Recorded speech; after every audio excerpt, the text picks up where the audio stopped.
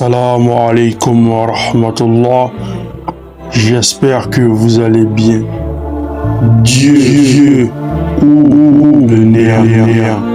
En 1992, au Vatican, un dialogue opposant le pape Jean-Paul II et l'astrophysicien athée Stephen Hawking se termina par ces propos du pape, je cite: « Monsieur l'astrophysicien, nous sommes bien d'accord.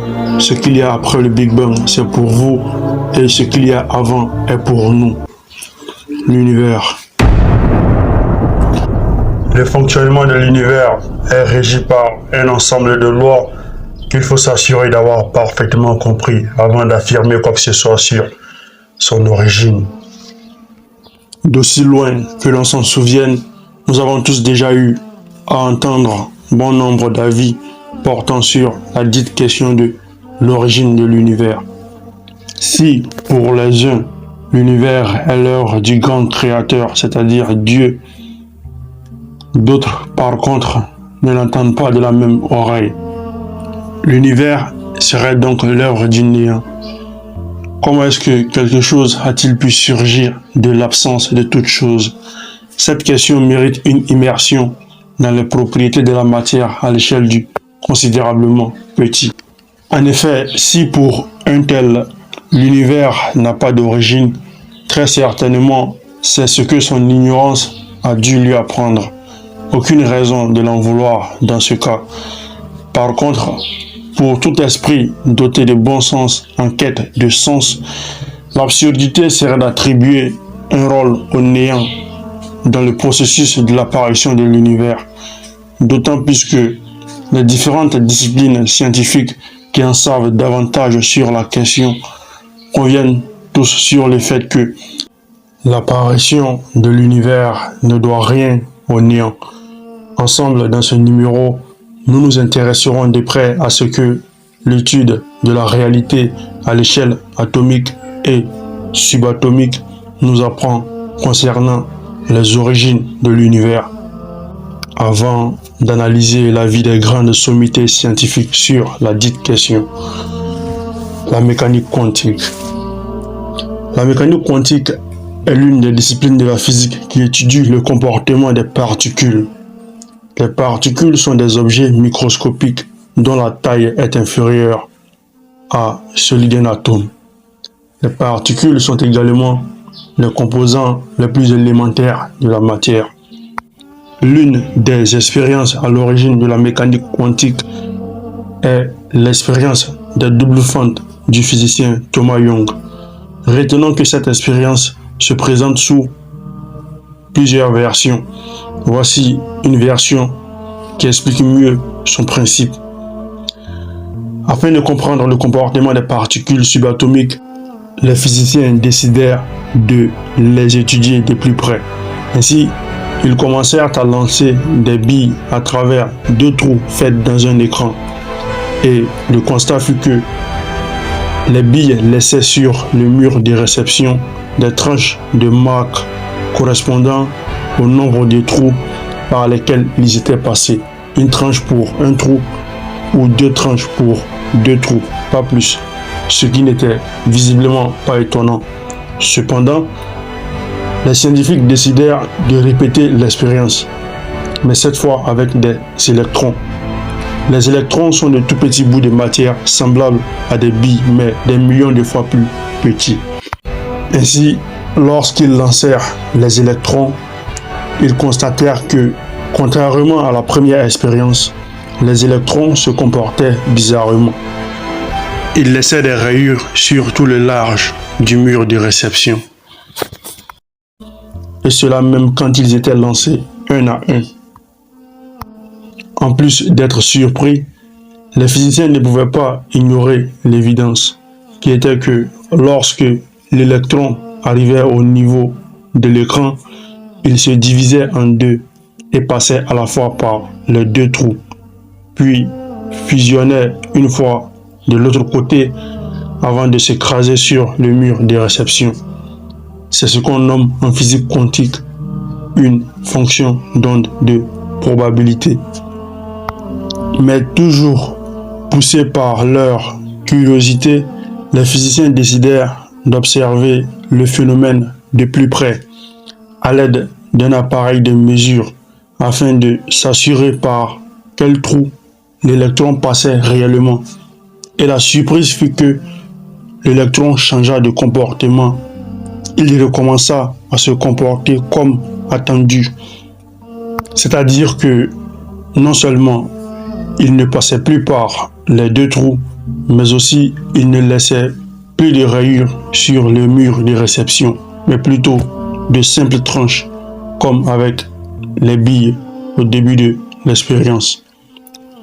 Et la conclusion fut que l'appareil de mesure qui avait été utilisé pour observer le comportement de la particule avait détruit la fonction d'onde de probabilité, c'est-à-dire ce qui faisait que la particule, ou du moins l'électron, avait la possibilité de passer par plusieurs chemins à la fois. L'expérience déconcerta énormément les physiciens, au point qu'ils décidèrent de regarder avec attention pour décider par quelle rainure l'électron passait-il en réalité. Ils ont mis un dispositif de mesurage juste à côté de l'écran des deux rainures pour voir par laquelle elle passait.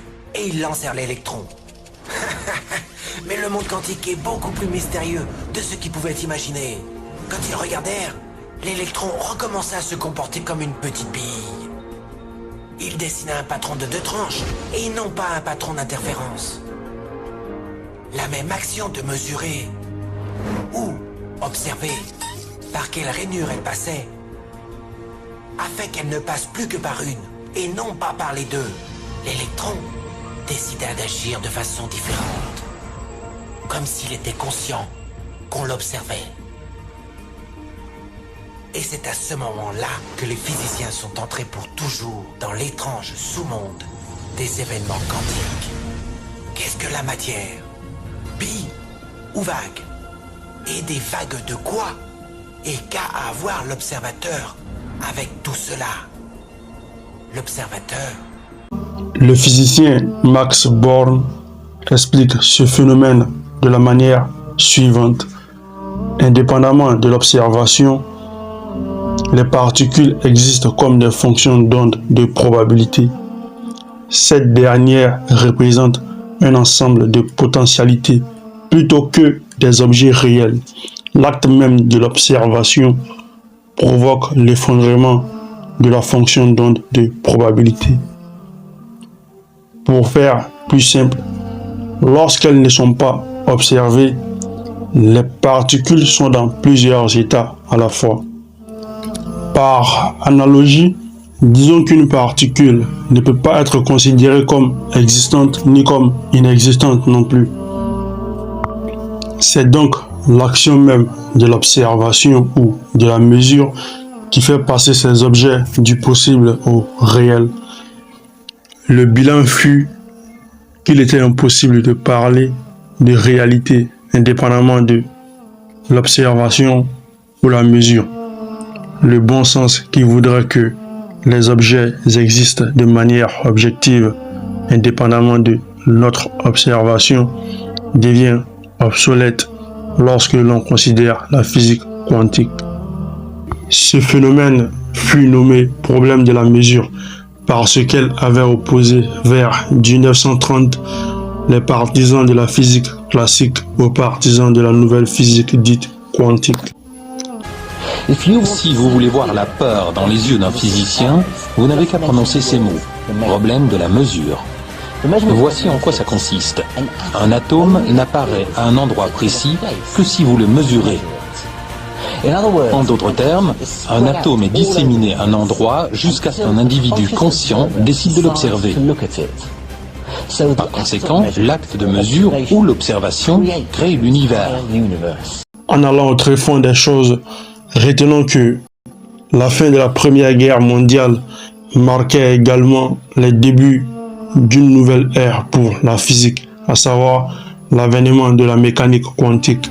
En effet, aux environs des années 1927, un débat théorique opposait les pères fondateurs, avec d'un côté Albert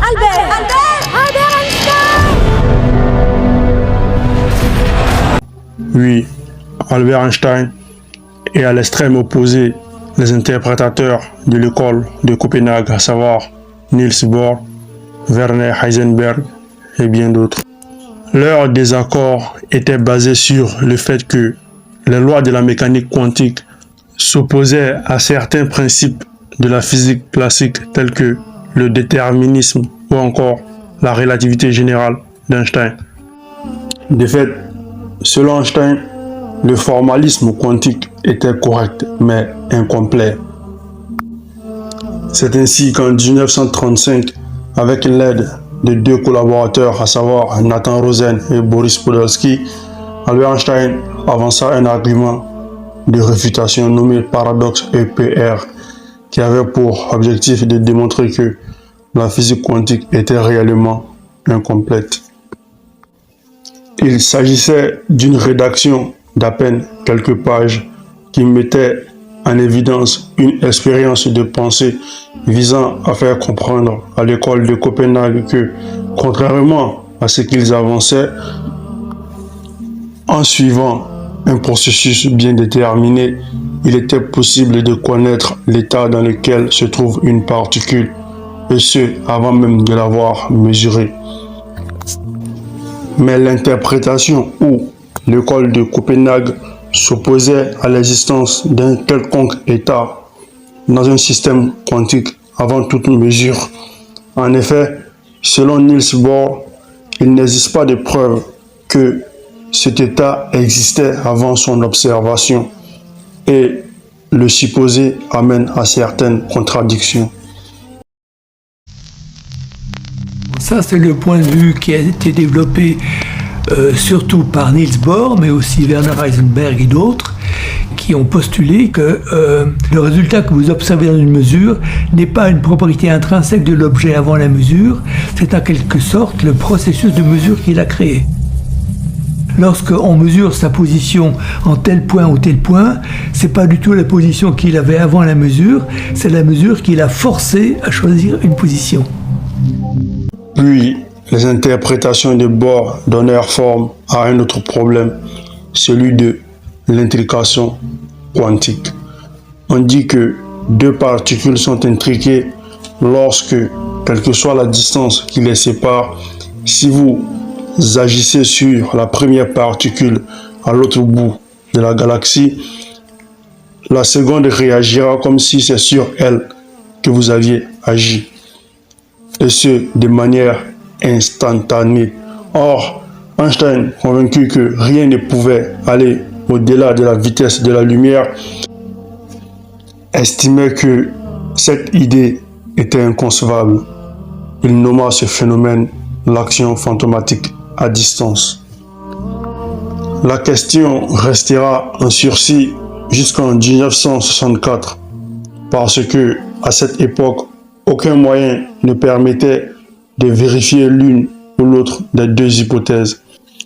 En effet, en 1964, le physicien irlandais John Stuart Bell proposa une expérience théorique dénommée les inégalités de Bell afin de départager les deux avis. Son principe était le suivant: si les inégalités de Bell sont violées, Niels Bohr a raison. Et si elles sont respectées, alors c'est Albert Einstein qui aura raison.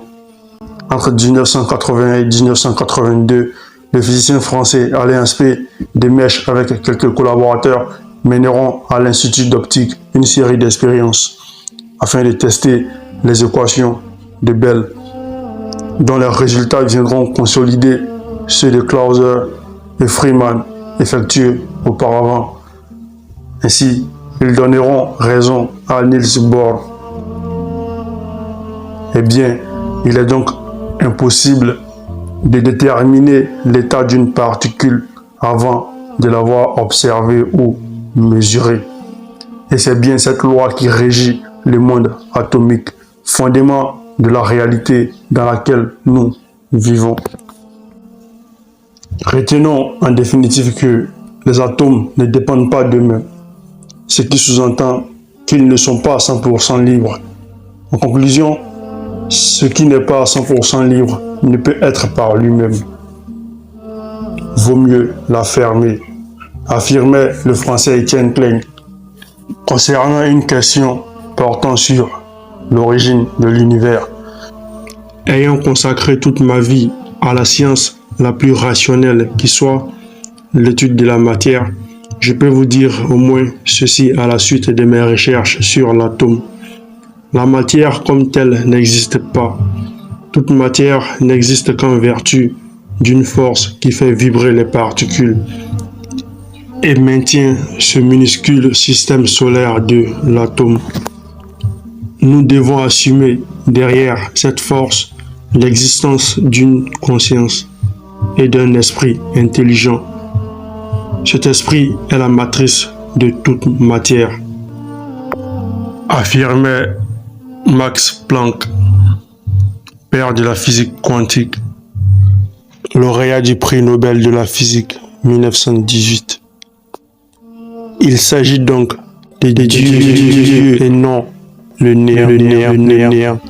De droit, toute la louange lui revient. Wassalatu wassalam ala man nabiyyu ba'da sayyidul siratul mustaqim wa ala alihi wa sahabatihi ajma'in. Wassalamu alaykum.